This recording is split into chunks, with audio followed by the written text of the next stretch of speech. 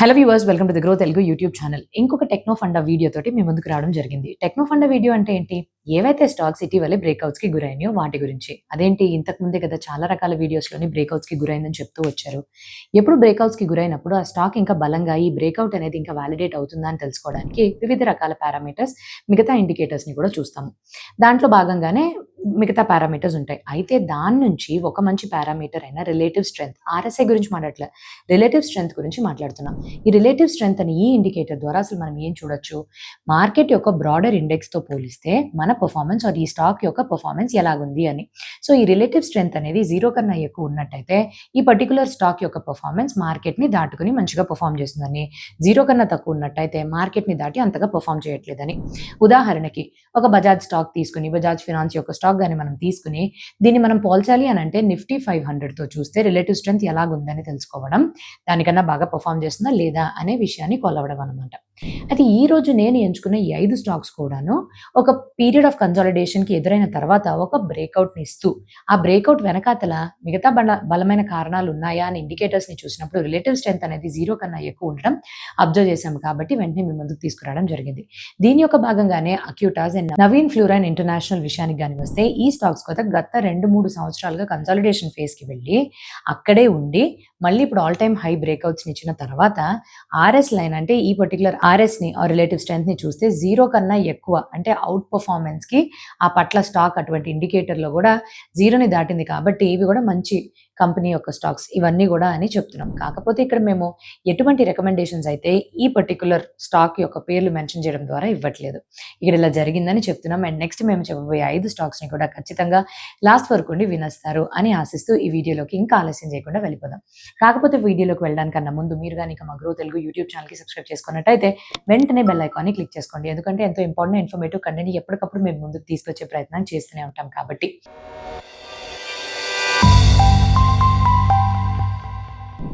Techno funda వీడియోలోని 5 stocks ఏవైతే ఇటీవలే బ్రేక్అవుట్‌కి గురై రిలేటివ్ స్ట్రెంగ్త్ కూడా 0 కన్నా ఎక్కువగానే చూపిస్తున్న వాటిల్లోని లిస్ట్‌లో ఫస్ట్ ఉండేది సంవర్ధన మదర్సన్ ఇంటర్నేషనల్. సో, ఈ పర్టిక్యులర్ కంపెనీ యొక్క స్టాక్ చూస్తే సెప్టెంబర్ 2024లో దాని యొక్క ఆల్ టైమ్ హైని రీచ్ అయిన తర్వాత అక్కడే ఆగిపోయి కన్సాలిడేషన్ ఫేజ్‌లోకి వెళ్ళింది. అప్పుడు రిలేటివ్ స్ట్రెంగ్త్ 0 కన్నా తక్కువ ఉండడం వల్ల ఔట్ పెర్ఫార్మన్స్ చేయలేకపోయింది. కానీ ఇప్పుడు మళ్ళీ వేగాన్ని పుంజుకుంది. రిలేటివ్ స్ట్రెంగ్త్ పరంగా 0ని దాటి ఔట్ పెర్ఫార్మన్స్ దిశలో వెళుతుంది. అదే టైంలోని ఆల్ టైమ్ హై బ్రేక్‌ఔట్‌ని కూడా ఇచ్చింది. సో, ఇక్కడ గాని 134 కన్నా ప్రైస్ అనేది పడిపోతే ఈ మొత్తం సెటప్ అనేది ఇన్వాలిడేట్ అయిపోద్ది. మదర్సన్ వాళ్ళు అసలు ఏం తయారు చేస్తున్నారు? ఒక గ్లోబల్ లెవెల్‌లోని కార్‌ని తయారు చేయాలి అనంటే ఆ కారు నడవాలి ఆర్ నడిపించాలి అనంటే వివిధ రకాల పార్ట్స్ అండ్ కాంపోనెంట్స్ కూడా దాంట్లో ఫిట్ చేయాల్సి ఉంటుంది. సో, ఎటువంటి వాటి గురించి మాట్లాడుతున్నా? వైరింగ్ కావచ్చు, కాక్‌పిట్స్ కావచ్చు, బంపర్స్ కావచ్చు అండ్ అలానే మిర్రర్స్. సో, ఇవన్నిటిని కూడా ఈ మదర్సన్ వాళ్ళు తయారు చేస్తారు. సో, ఇక్కడ తయారీ మాత్రమే చేస్తారా అంటే కాదు. వీళ్ళు గత 24 సంవత్సరాలు అంటే 2002 నుంచి మొదలుకొని ఏవైతే కంపెనీలు లాసుల్లో డిస్ట్రెస్డ్ కంపెనీస్ అని మనం అంటామో వాటిని కూడా కొనుక్కొని దాన్ని టర్న్ అరౌండ్ చేసి మంచి కంపెనీల కింద తీర్చిదిద్దారు, మార్చారు. అలా 47 అక్విజిషన్స్‌ని చేసుకుంటూ వచ్చారు. అయితే 2026లోని వీళ్ళకి వచ్చిన ఆదాయాన్ని మొత్తం మనం విభజించి ఏ సెగ్మెంట్ నుంచి ఎంత వస్తుందని చూస్తే 24.6% వీళ్ళకి వైరింగ్ సెగ్మెంట్ నుంచి వస్తే 42% మోడ్యూల్స్ అండ్ పాలిమర్ ప్రొడక్ట్స్ నుంచి, 14% మిర్రర్స్ నుంచి అండ్ 11.5 మిగతావి ఏరోస్పేస్ రంగం అండ్ అలానే హెల్త్ అండ్ ఆ పర్టిక్యులర్ హెల్త్ కేర్ సెగ్మెంట్ నుంచి వీళ్ళకి వస్తుంది. అండ్ అలానే గత 5 సంవత్సరాల పాటుగా వీళ్ళు చేసిన కరెక్ట్ అయిన అక్విజిషన్స్ లిస్ట్‌కి వస్తే 23 ఉంది. అండ్ అలానే వీళ్ళు 44 దేశాలకి పైగా వీళ్ళ యొక్క ప్రొడక్ట్స్ అండ్ ప్రెజెన్స్‌ని అయితే ప్రూవ్ చేసుకున్నారు. నంబర్స్ పరంగా చూస్తే లాస్ట్ 5 ఇయర్స్‌లోని ఈ కంపెనీ యొక్క సేల్స్ 2 రెట్లు పెరిగితే అదే టైంలో ప్రాఫిట్స్ 3.5 రెట్లు పెరిగినాయి. వీళ్ళ యొక్క భవిష్యత్తు ప్రణాళికలు ఎలాగున్నాయి? ప్రస్తుతం వీళ్ళకుండే ఆదాయం 2 లక్షల కోట్లని రాబోయే 4 సంవత్సరాలు 2030 లోపు 10 లక్షల కోట్ల దాకా అంటే 36% కాంపౌండెడ్ యాన్యువల్ గ్రోత్ రేట్‌తో ముందుకెళ్లాలని అనుకుంటున్నారు. అండ్ రెండోది రిటర్న్ ఆన్ ఈక్విటీ ఇప్పుడుండే 16% నుంచి 40% పెంచాలి అని అనుకుంటున్నారు.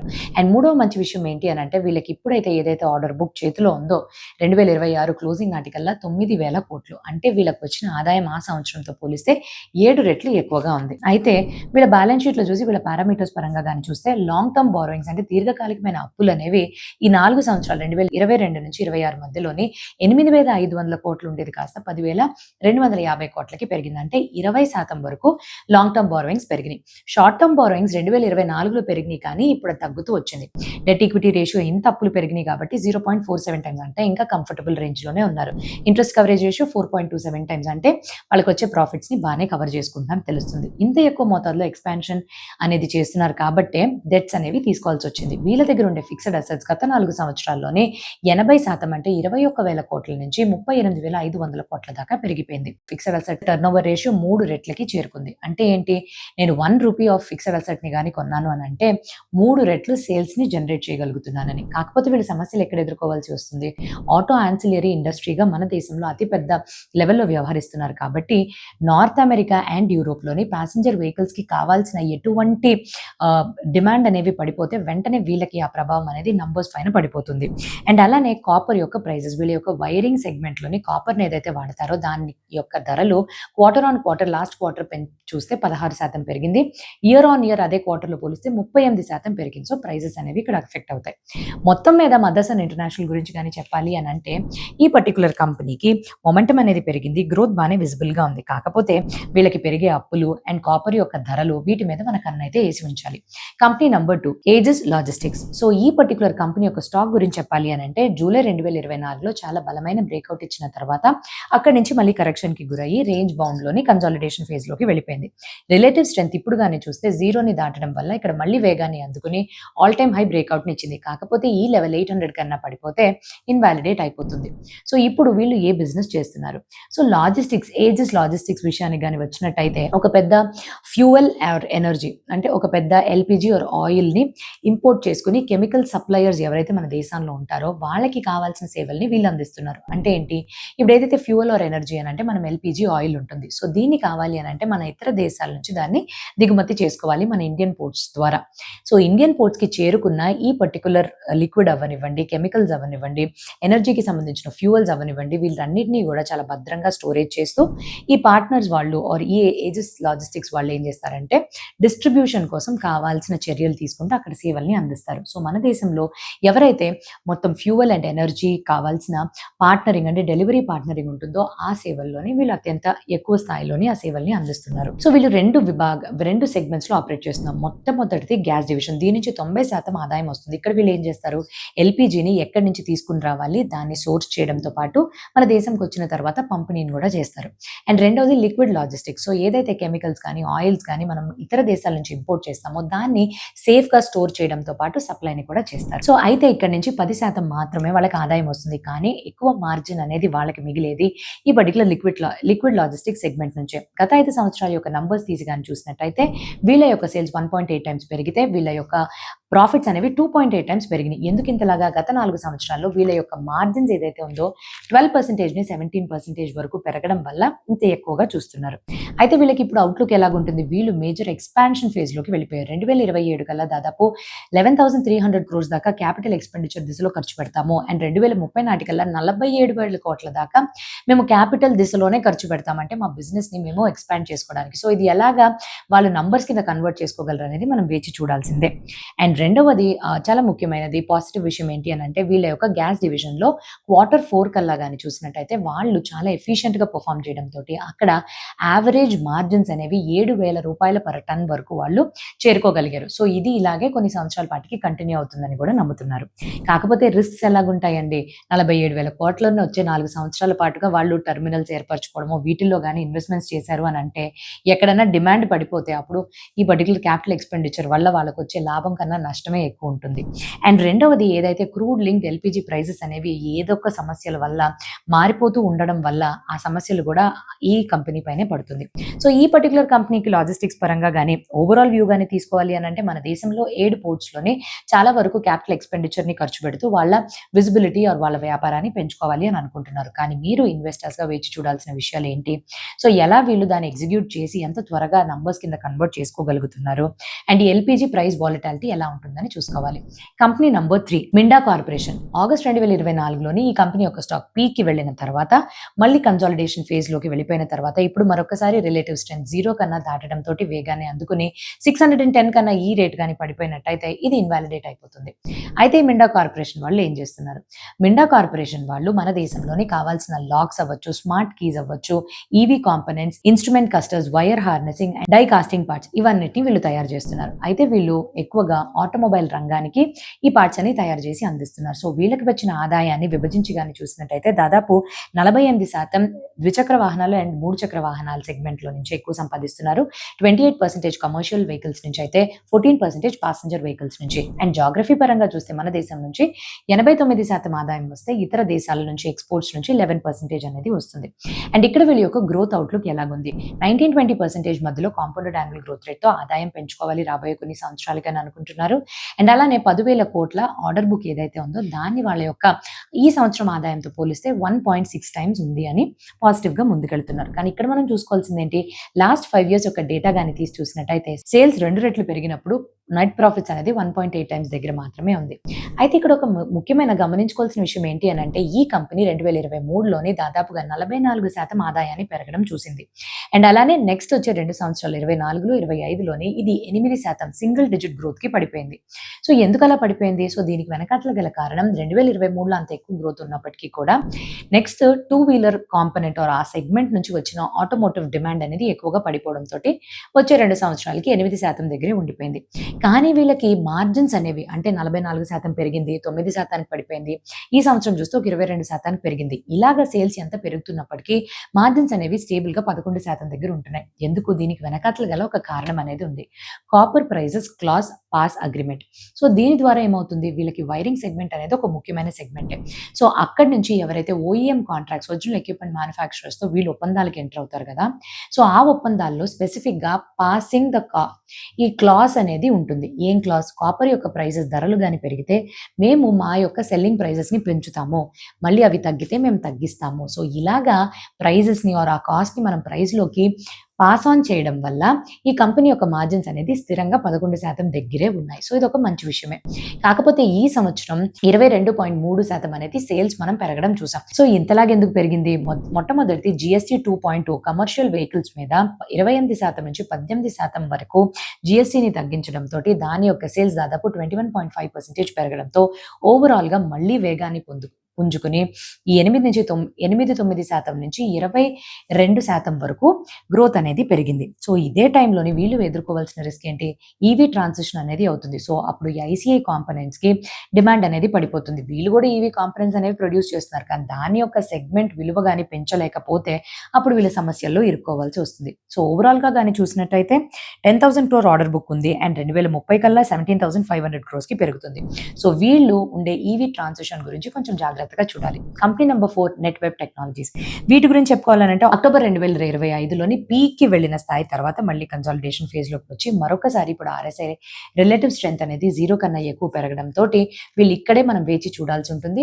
4050 కన్నా ఈ ప్రైస్ తగ్గినట్టయితే వెంటనే ఇది ఇన్వాలిడేట్ అయిపోతుంది.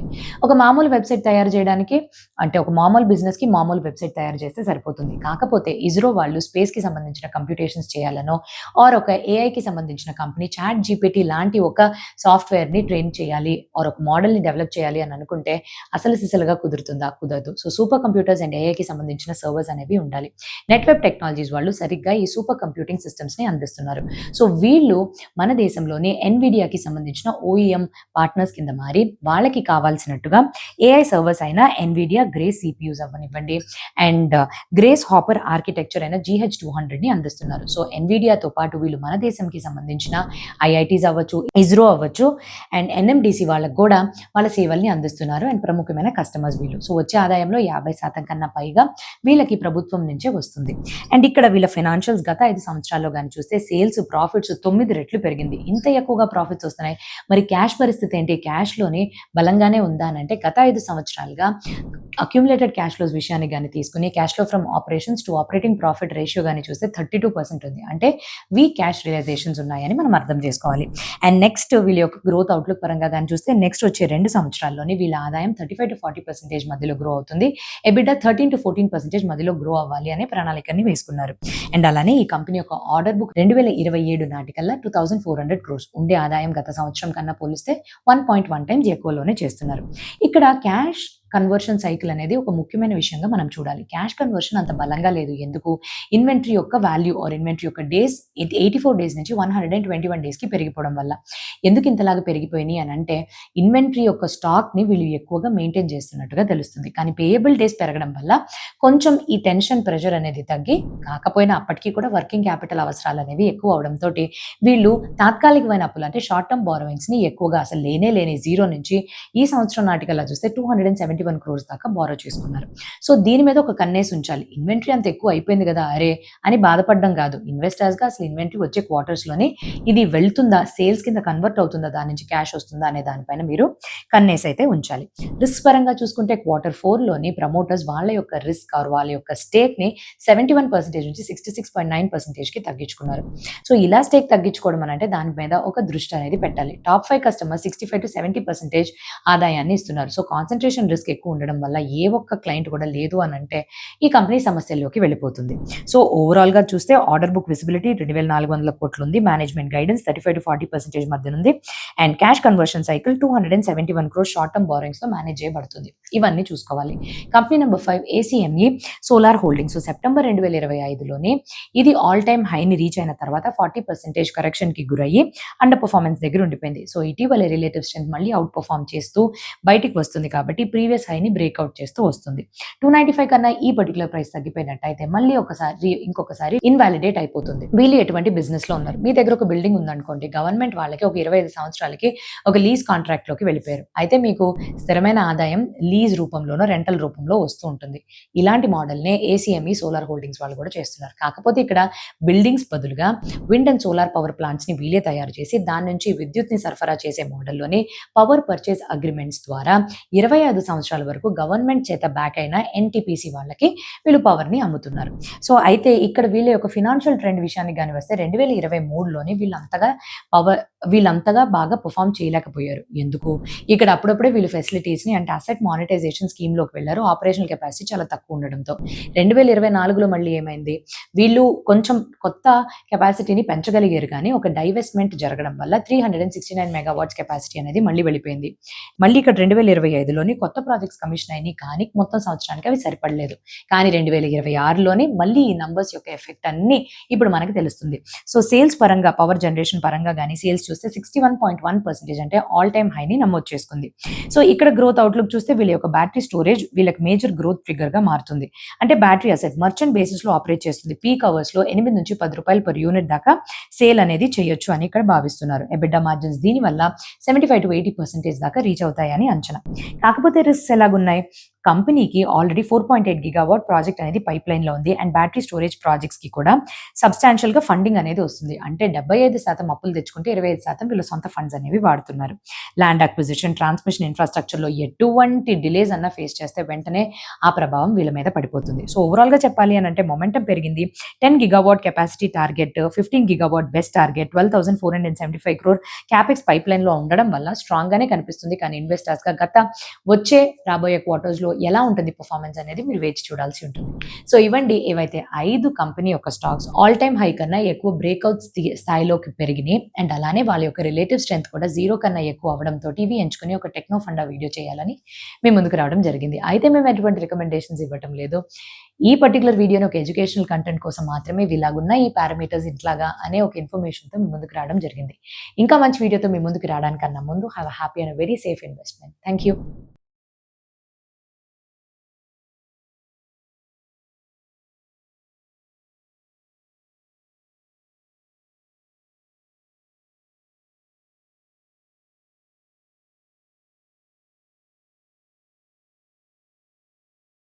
Investment in securities market are subject to market risks. Read all the related documents carefully before investing. Please read the risk disclosure documents carefully before investing in equity shares, derivatives, mutual fund, and or other instruments traded on the stock exchanges.